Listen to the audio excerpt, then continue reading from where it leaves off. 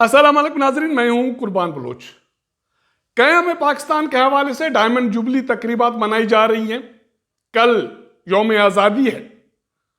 पाकिस्तान की 75 साल जिंदगी में हमने क्या खोया क्या पाया, इसके हवाले से अभी भी किसी फोरम पर, पार्लियामान में या किसी कमीशन में सैर हासिल बहस नहीं हो रही।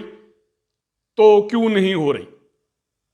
क्या डर ये है कि पिछले 75 सालों में हमने मजीद गुर्बत देखी, बदहाली देखी, बेरोजगारी देखी, इंसानी हुकूक की पायमाली देखी, जबानबंदी देखी, 4 मार्शलाएं देखी और रात के अंधेरों में जमहूरियत पर शब खून लगते देखे।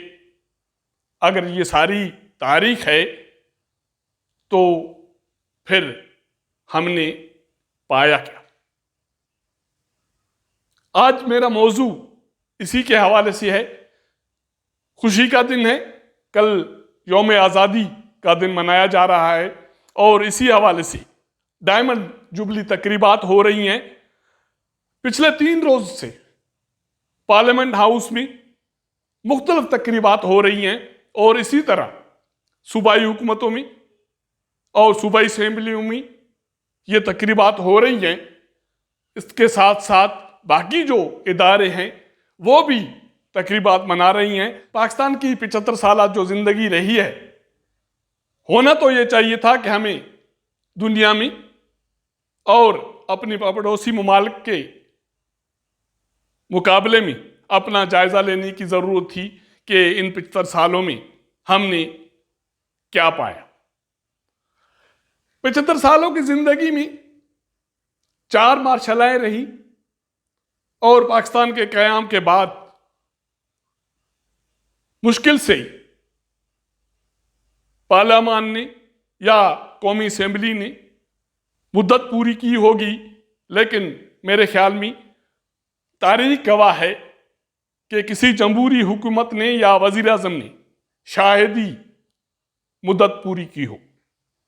अभी भी टग ऑफ वार चल रही है सियासतदानों के दरमियान, सियासी जमातों के दरमियान, रियासती इदारों के दरमियान, पार्लियामान के साथ, निज़ाम अदल में,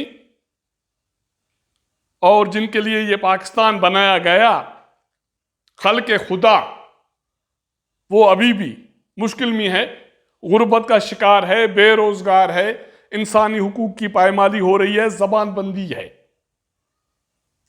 उसके बावजूद हम ये फख्र कर रहे हैं कि हमने 75 सालों में इस दुनिया में जो किरदार अदा किया वो शानदार है। तो ये दुनिया उसको मानने के लिए तैयार नहीं है। ताकतवर अभी भी यही चाहता है कि सारे इदारे ये खल्क़े खुदा सरनगून रहे और कोई भी सवाल न करे। इसके नतायज क्या निकले? इसके नतायज हमारे सामने हैं। दुनिया में हम अभी भी भूखी नंगी कौम के नाम से जाने पहचाने जाते हैं। पाकिस्तान के अंदर अक्सरियत के पास, हमारी खल्क़े खुदा के पास पीने का साफ पानी नहीं है, निकाह से आब नहीं है, बिजली मुयस्सर नहीं है, गैस मुयस्सर नहीं है। मैंने मुल्क के अंदर 4 मार्शल लॉ का जिक्र किया, जमहूरियत का जिक्र किया, वो तारीख सारी भरी पड़ी है। वो इससे मुख्तलिफ नहीं है जहां हम खड़े हैं कि सियासतदान, सियासी जमातें, रियासती इदारे इस वक्त भी टग ऑफ वार में है, मुकाबला है, जंग चल रही है और जबानबंदी हो रही है। तो क्या हमने कोई सबक नहीं सीखा? तो जवाब ये है कि हाँ, किसी ने भी इस मुल्क में सबक नहीं सीखा। न किसी सियासी जमात ने, न किसी सियासी रहनुमा ने, न किसी इदारे ने, न पार्लियामान ने। अभी भी मुकाबला ये हो रहा है कि ताकतवरों की तारीफ कैसी की जाए, उनकी खुशामद कैसे की जाए। पिछले 3-4 माह में जो कुछ हुआ, इमरान खान की हुकूमत चली गई, मौजूदा मखलूत हुकूमत का क़याम अमल में आया। आसरा ये था, उम्मीद ये थी कौम को कि रिजीम चेंज हो रहा है, कुछ तब्दीली आएगी, लेकिन सूरत हाल उसके बावजूद मजीद अबतर होती जा रही है। तो क्यों? मेरे ख्याल में ये उस सारी 75 साला जो हमारी तारीख है, हमारा किरदार है, हमारा कारनामा है, उसका शाखसाना है कि चीज़ें मजीद उलझती जा रही हैं, खराब होती जा रही हैं। वो इसलिए कि हमने अपना जायजा नहीं लिया, सबक नहीं सीखा। ज्यादा दूर नहीं जाते, जिन हालात में अब हम हैं, क्या इससे निकलने का रास्ता यही है कि एक मर्तबा फिर किसी चैनल की जबान बंदी हो, वहां काम करने वाले कारकुनों का जो रोजगार है या उनके बच्चों की जो रोटी है वो छीन ली जाए, और हमारी सियासी जमातें हक और सच कहने से छुपती रहे? अंदाजा करें, एक छोटी सी मिसाल दे देता हूं। शहबाज गिल ने 2 दिन पहले जो कुछ कहा उसकी वो सजा भुगत रहे हैं। तहरीक इंसाफ पर भी तलवार लटक रही है। आज उसके हवाले से पार्टी के चेयरमैन इमरान खान लाहौर में बड़ा जलसा करने जा रहे हैं, और उनकी दावा ये है कि वो हकीकी आजादी की राह दिखाने जा रहे हैं। लेकिन मखलूत हुकूमत की सूरत हाल ये है कि पिछले 3 रोज से जो सूरत हाल बनी है, उसके बाद उसमें शामिल सियासी जमातें एक पेज पर दिखाई नहीं दे रही। शहबाज गिल के हवाले से वफाकी वुज़रा, खास करके मुस्लिम लीग नून से ताल्लुक रखने वाले वुज़रा,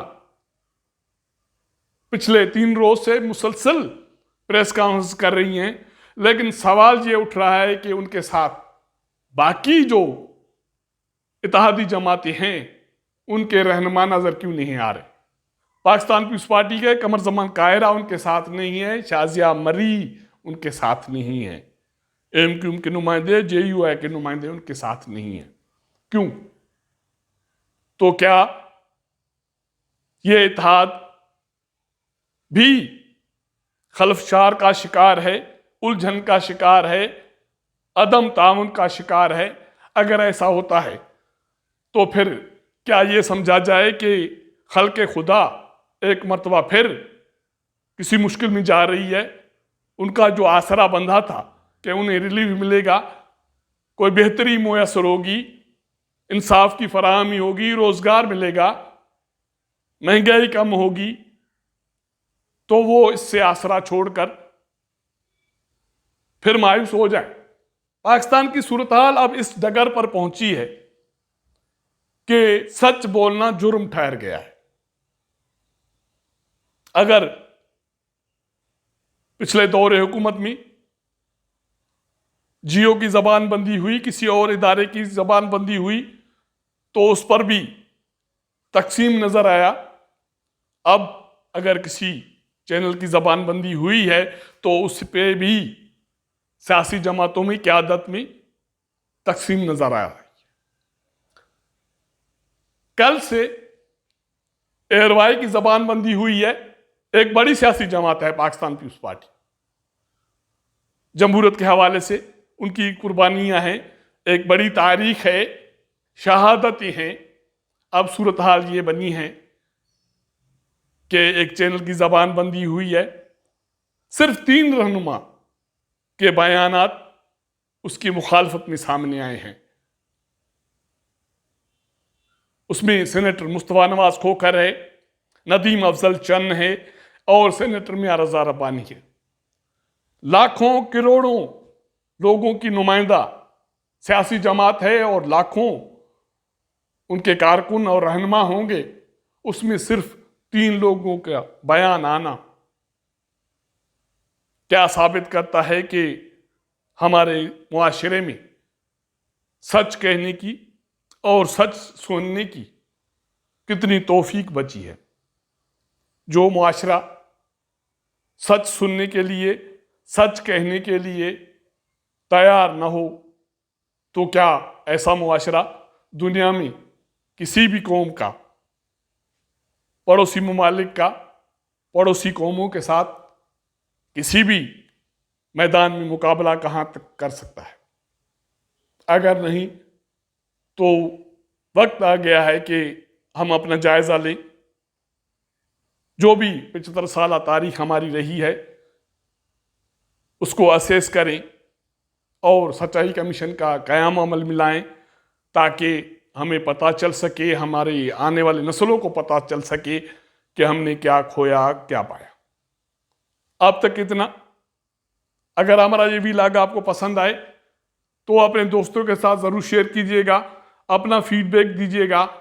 आपके साथ मुलाकात करेंगे अगले प्रोग्राम में। तब तक इजाज़त दीजिएगा। अल्लाह हाफ़िज़।